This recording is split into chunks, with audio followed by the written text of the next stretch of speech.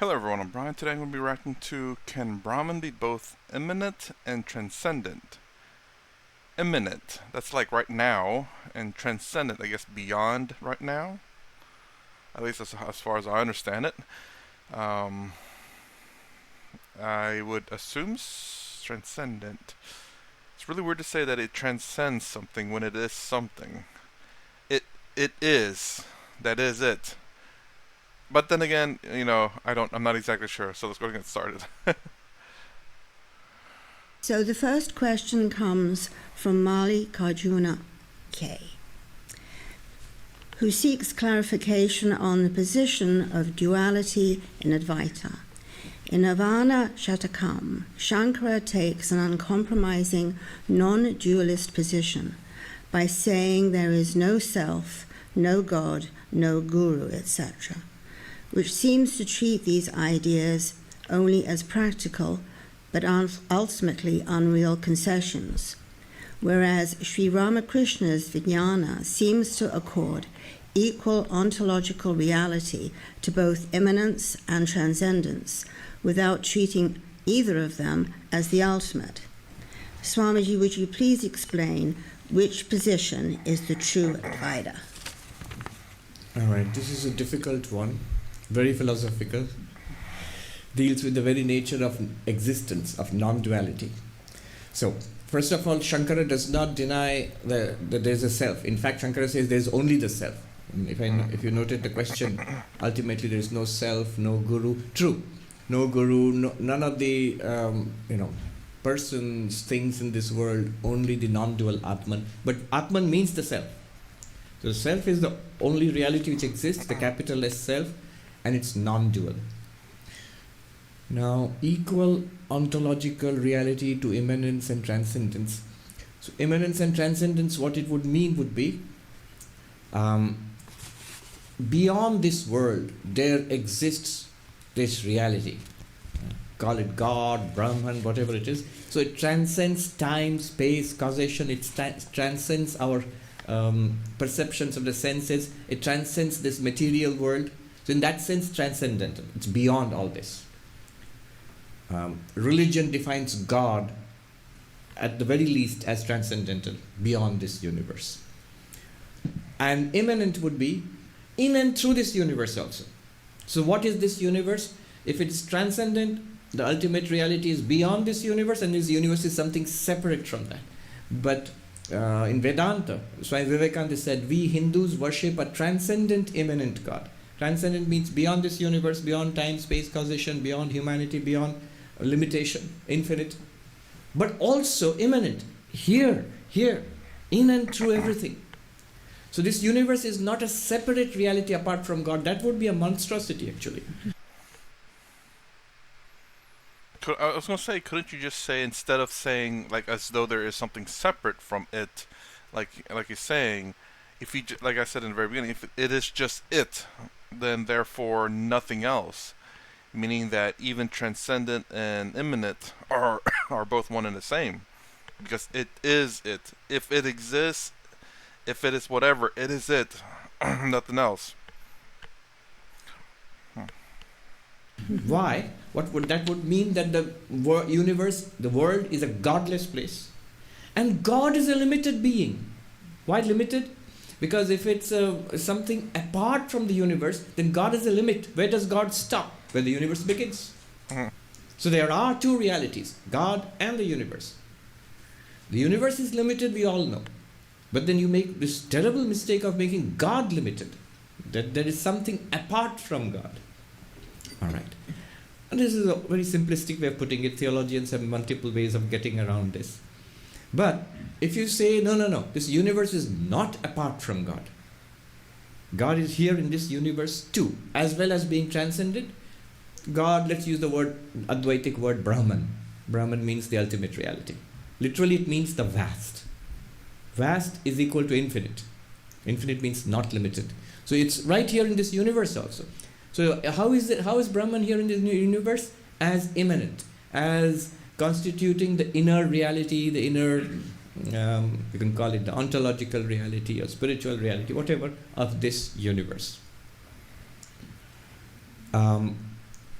Now notice, even these words, transcendent, immanent, they all are from the perspective of the universe.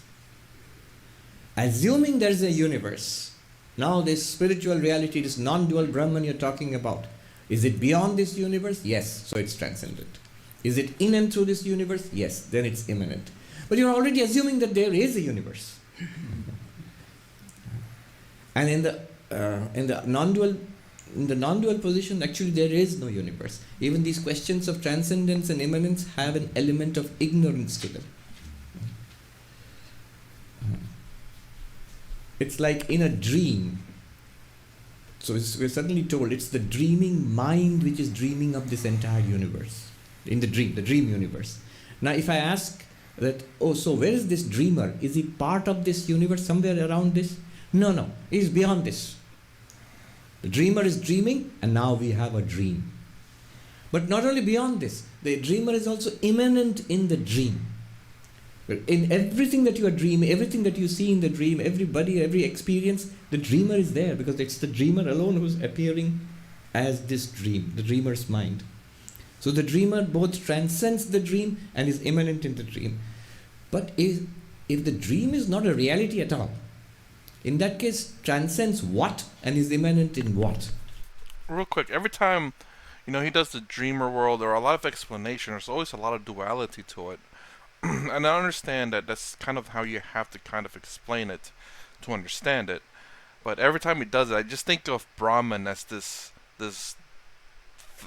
being that's literally sleeping and dreaming right now, and we are the dream.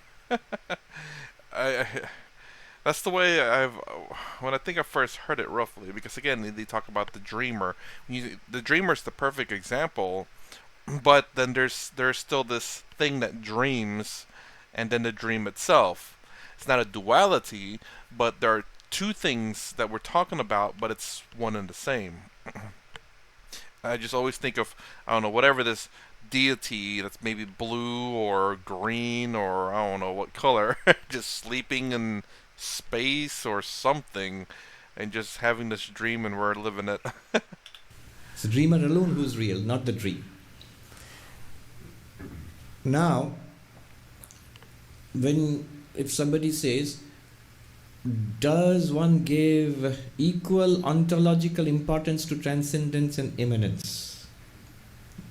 Brahman is beyond everything, that's real. Brahman is in and through everything, that's real. No, that is not the non-dual position. Any kind of non-duality will have this one crucial thing which they will not compromise. There cannot be any other ontological reality apart from Brahman. That's the meaning of non-duality. Not two.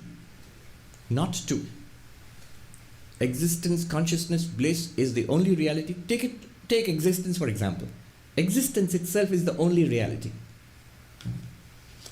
There cannot be anything other than existence. Literally, tautologically, if you say there is something other than existence, what would it be? Not existence. Well, not existence does not exist anyway. So, now existence alone exists, almost by definition. So Brahman alone exists. There is no 50-50 sharing of, Brahman has some reality and the world has some reality. Then it's not non-duality.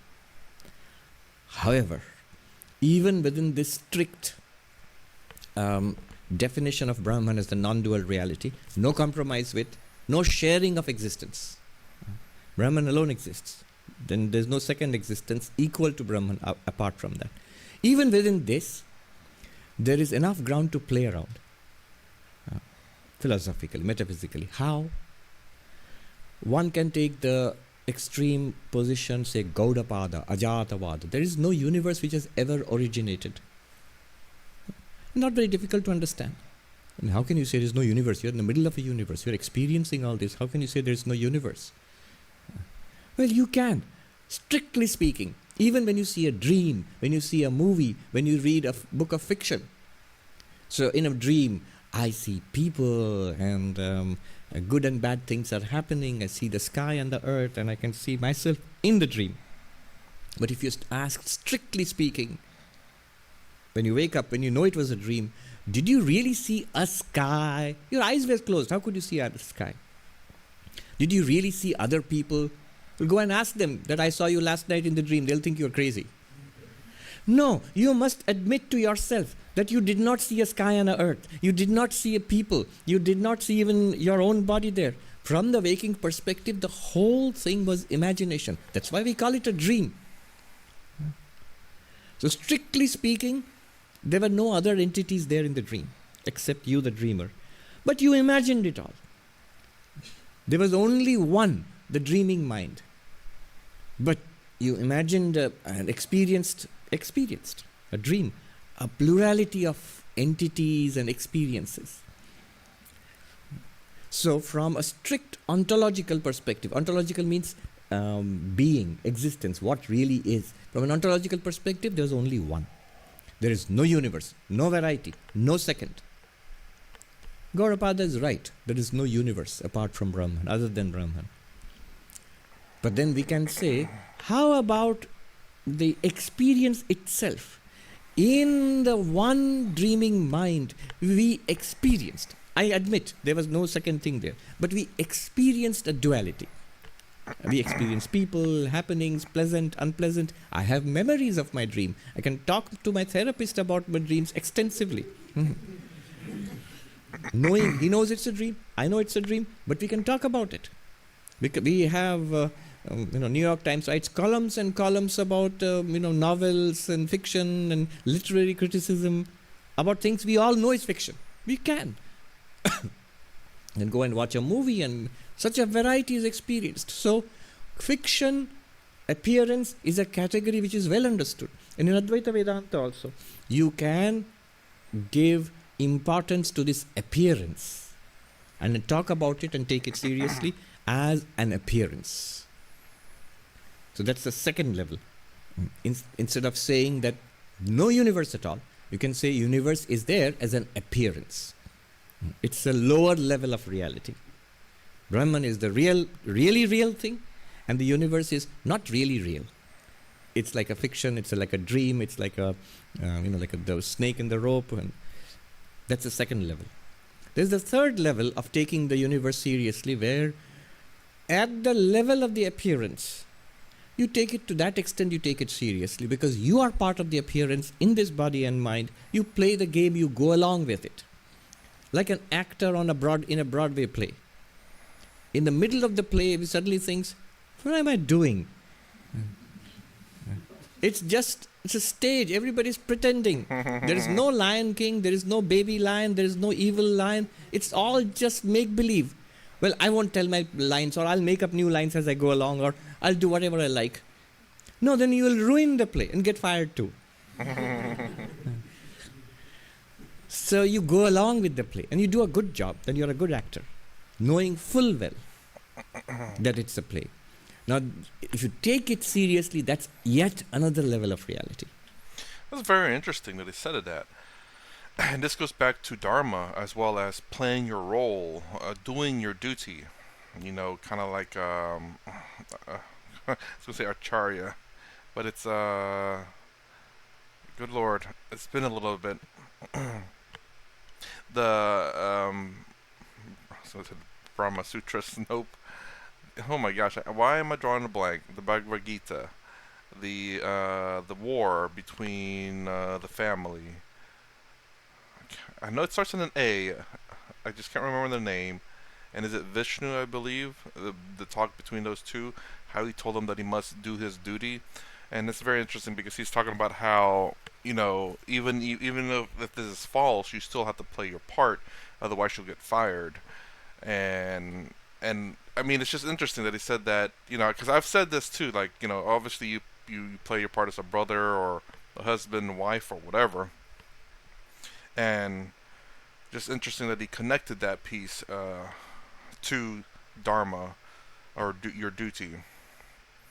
And the reason, and kind of giving you a little bit of a reason why you should continue to play it. Play this play, sort to say. So, Arjuna. which one will you do? The Gaudapada, the first level, where you do not give any importance at all to this appearance, and you stick to the fact that it's one existence consciousness bliss, and I am that. You can do that. That is called Ajatavada, the theory of non-origination. In Advaita Vedanta, Shankaracharya's guru's guru, Gaudapada Acharya, in the Mandukya Karika, he held on to this very strictly. In some forms of Dzogchen Buddhism also, it's like a magical display. There is only the Buddha nature. There's only existence consciousness bliss. That's one. Second is it's a dream. Oh, it's magnificent. It's a play. It's a movie. Enjoy it. Enjoy the happiness. Enjoy the sorrow. It's a delight. Pleasure, pain, samsara, all of it is like a display, like a dream. And the third one is, no, not only enjoy it, engage with it. With full knowledge of your freedom, with full knowledge that you are Brahman. Like Shankaracharya says, Chidananda Rupa Shivoham. So there are 3 categories of enlightened beings. This I am drawing from an essay by Swami Gambhirananda. He was the 11th president of our order. So there he says, the enlightened person, and he draws from an example, a parable given by Sri Ramakrishna. What are enlightened people like? So he says, there were 3 friends who are walking along, there's a high wall, and one point they became curious. What's beyond? What transcends this? So with great difficulty, one of them climbed up on top of the wall, and he looked beyond, and he shouted in delight, and he jumped on the other side, and disappeared. And these 2 were left looking at each other, what was that? And they became even more curious. What was that? So the second person climbs up. He dances in delight and jumps on the other side. Now the third person, with great difficulty, climbs over. What's going on here? And he sees this, Sri Ramakrishna says, a mart of joy, a festival. In India, you have to think about what's called a mela. In villages, suddenly magic comes to your drab little village. There is a festival, there are shops, there are jugglers, it's a lot of fun. But it comes and goes. So it is there, it has come.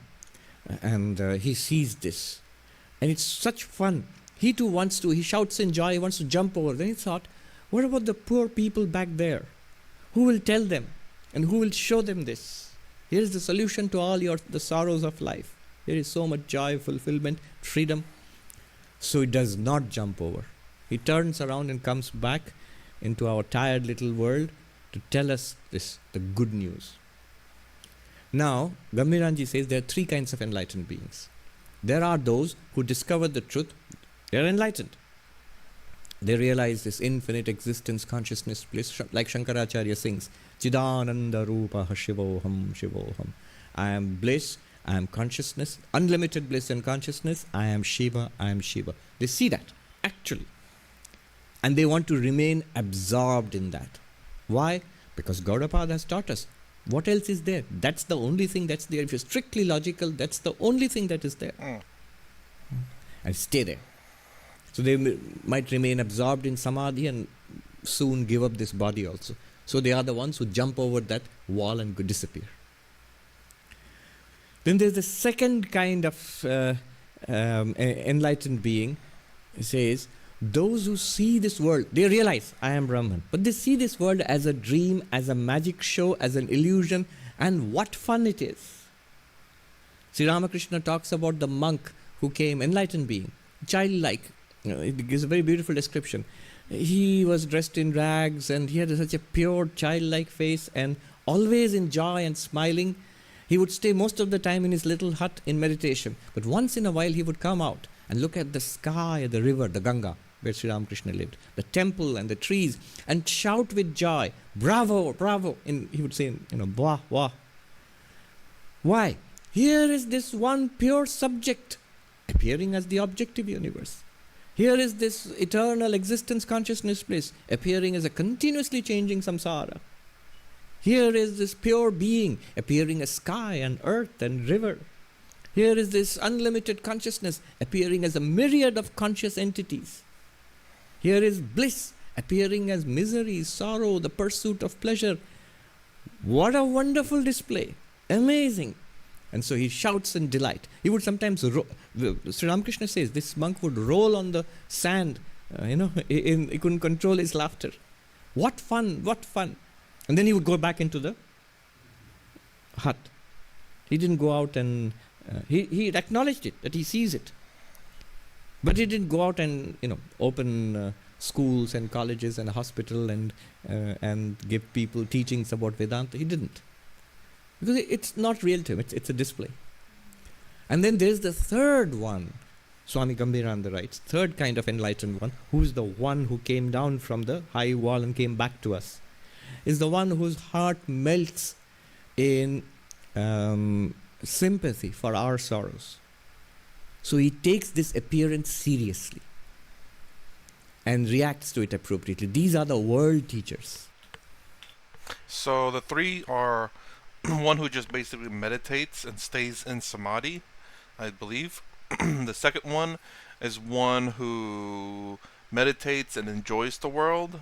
And then the third one is one who tries to teach the world, I suppose, of the truth, if I understand that correctly. They are the reason why we are here today. Why all temples, churches, meditation halls, and all the scriptures of the world, why do they exist? Because of that third category. And of course, there we make hierarchy. We make hierarchies. Some are Jivan Muktas, enlightened beings, free while living. Some are avatars. But these are our categories. Alright, so that's my answer to the question. Sri Ramakrishna, in the spectrum, where would he fall? So in the spectrum, where would he fall? It sounds like what is that, DSM or something? The mental illness, the spectrum of mental illness. In which part would Sri Ramakrishna fall? Well, he would fall on this part of taking this world seriously. So he takes this seriously. And so do we, Vivekananda and others. So not only to teach and share, but also not just spiritual knowledge, but all of it. Once you have this helpful mode, you would want to help in every possible way. Not just give Vedantic or teachings, but also schools for the unlearned and illiterate, or hospitals to take care of the sick, the hungry, and the poor, and so on. So your helpfulness does not stop here. Well, this is not Vedanta, it's outside the syllabus. You can go elsewhere. No. Yeah, so that's the answer.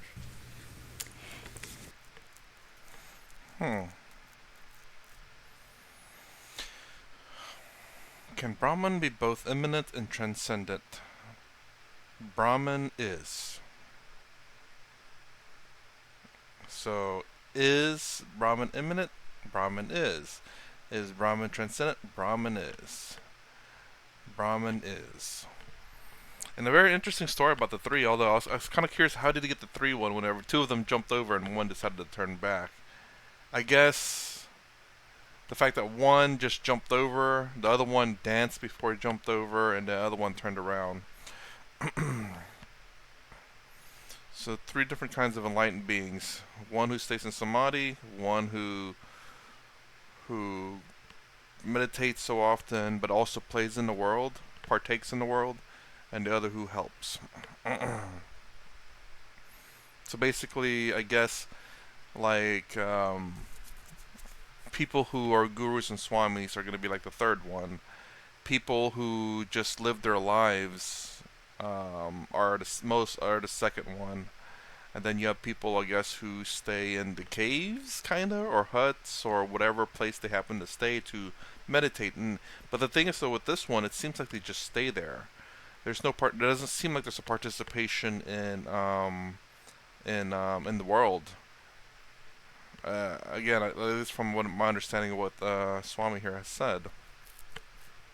Obviously, you have to eat and all that. That's the reason why I understand the second one, where they still participate in the world, but perhaps the first one's one who goes and begs for food and then goes back to the mountains, or goes back to the hut, or goes back to wherever they go to. And I guess the unenlightened people would be the ones who are just outside the walls. Makes sense. I think that's all I can really say about this one. I didn't really have to speak too much because this is all relatively new, and talking about the immanent and the transcendent and the dreamer and his dream. I like the fact that, again, he kind of talks about how the Dharma he talks about here, about the duty that you have to do, essentially is, I believe, number 2, where even if you are enlightened, you still participate in the world. Even if it's false, you still do your duty. Your duty as again, as your job, or as a family member, whatever it may be, a friend. I think that's all I really have to say. But let me know if any of my theories are wrong.